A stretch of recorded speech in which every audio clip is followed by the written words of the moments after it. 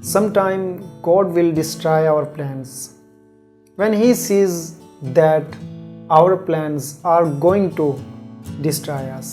Quotation आप लोगों ने जो सुनी, उर्दू में भी इसको मैं थोड़ा सा एक्सप्लेन कर देता हूँ और ये हर एक की ज़िंदगी के साथ कनेक्ट होगी।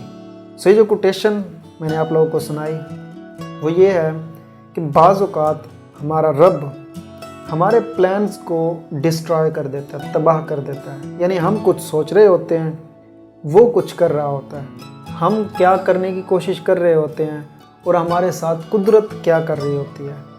यानी हमारे प्लान्स के बिल्कुल ऑपोजिट वो काम हो रहे होते हैं। God will destroy our plans when he sees that.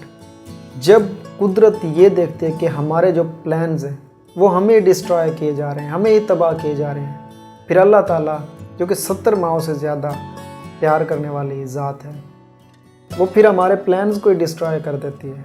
वो ज़ात जो हमारे आने वाले कल का एक एक सेकंड को जानती है, वो फिर हमारे सारे प्लान्स को डिस्ट्रॉय कर देती है। सो अल्लाह ताला हम सब को उसकी रज़ा पर राज़ी रहने की तौफ़ीक़ अता फरमाए। अल्लाह ताला इसी तरह अपने हिफ्ज़ व अमान में रखे और जो हम सोचें, जो हम करना चाहें, चाहे वो ना हो, लेकिन अल्लाह की रज़ा जिस फ़ैसले में हो वो हमारे साथ हो। अल्लाह ताला हम सब को उसकी रज़ा में राज़ी रहने की और उसके प्लान्स में शामिल होने की तौफ़ीक़ अता फ़रमाए।